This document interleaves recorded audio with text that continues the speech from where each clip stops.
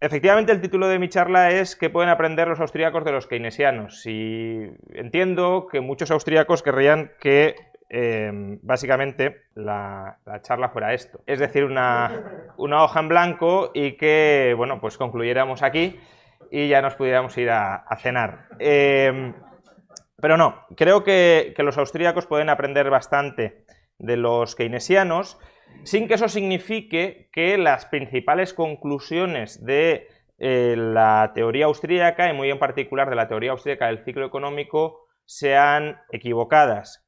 Yo sigo sosteniendo, sigo suscribiendo la idea de que el grueso de la teoría austríaca del ciclo económico explica como ninguna otra teoría, como ningún otro modelo, por qué suceden recurrentemente fluctuaciones cíclicas. Pero creo que se puede añadir bastante realismo y bastante prudencia en algunas de las conclusiones si incorporamos algunos elementos keynesianos. Y al respecto, dos cautelas. Estoy utilizando keynesiano en un sentido relativamente amplio, no todas estas ideas fueron suscritas por Keynes, algunas son suscritas por neo-keynesianos, otras por post-keynesianos, y por tanto no estoy hablando únicamente del Keynes de la teoría general. Y luego, también, otra cautela, hay algunos austríacos que ya han incorporado algunas de estas ideas en sus análisis.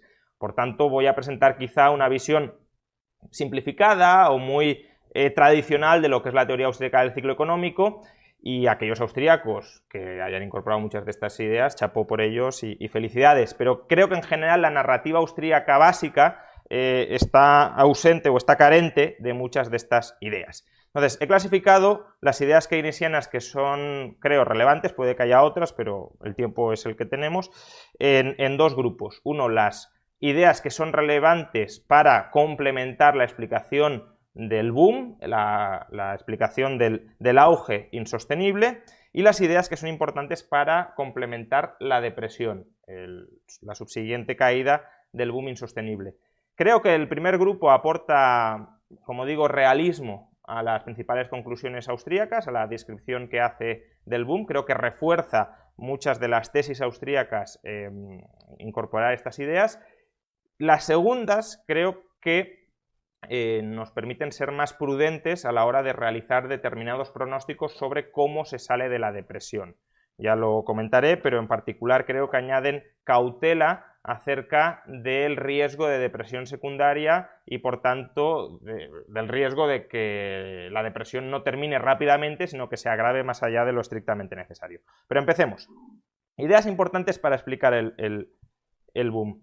La primera idea es que la oferta agregada no es totalmente inelástica, como les gusta describirla a los austríacos. Los austríacos tienden a pensar que no es posible incrementar en nada la oferta agregada una vez ya hay pleno empleo de los recursos. Y puede ser que no haya pleno empleo de los recursos, puede ser que haya desempleo, pero incluso aunque haya pleno empleo de los recursos, cabe incrementar la oferta agregada dentro de ciertos límites. ¿Por qué? Pues porque podemos incorporar más horas de trabajo o más horas de utilización del capital al proceso productivo. ¿Cómo podemos incorporar más horas de trabajo? Pues incorporando a población inactiva. Hay gente que no está trabajando porque no quiere trabajar, o hay gente que trabaja un determinado número de horas porque no quiere trabajar más horas, y si se las remunera suficientemente pueden estar dispuestas a incrementar su oferta de horas de trabajo, lo cual permite producir más. De la misma manera, ¿cómo podemos incorporar un mayor uso del equipo de capital? Pues usándolo también durante más horas o incluso despreocupándonos de mantenerlo y de reponerlo. Por tanto, podemos exprimirlo más.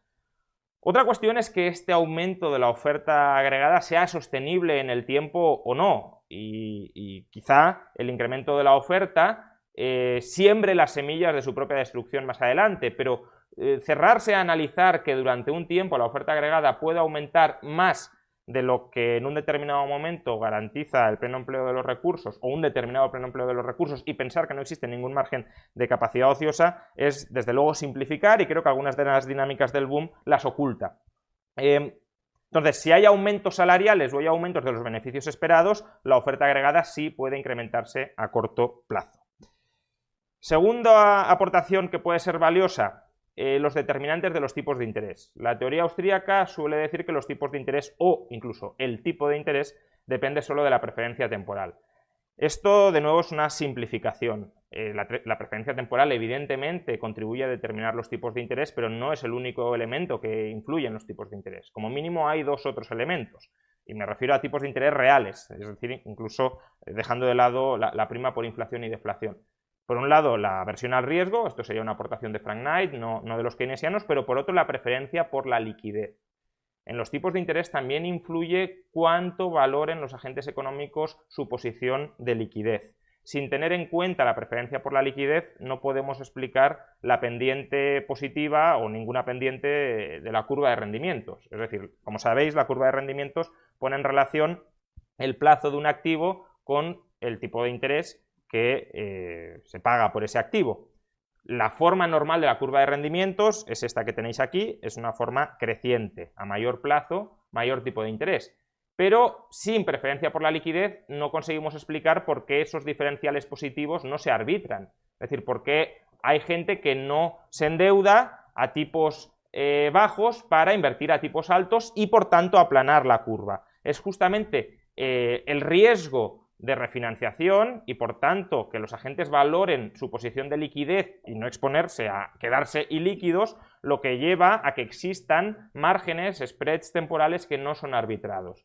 Por tanto, en la medida en que la curva de rendimientos es un elemento imprescindible para explicar el ciclo y que sin complementar la idea del interés con la aversión al riesgo y sobre todo con la preferencia por la liquidez no podamos explicar la forma normal de la curva de rendimientos, pues introduce otro corsé a la explicación tradicional austríaca. Por cierto, tan es así que para Rothbard, por ejemplo, la forma normal de la curva de rendimientos es plana, porque no incorpora nada de preferencia por la liquidez.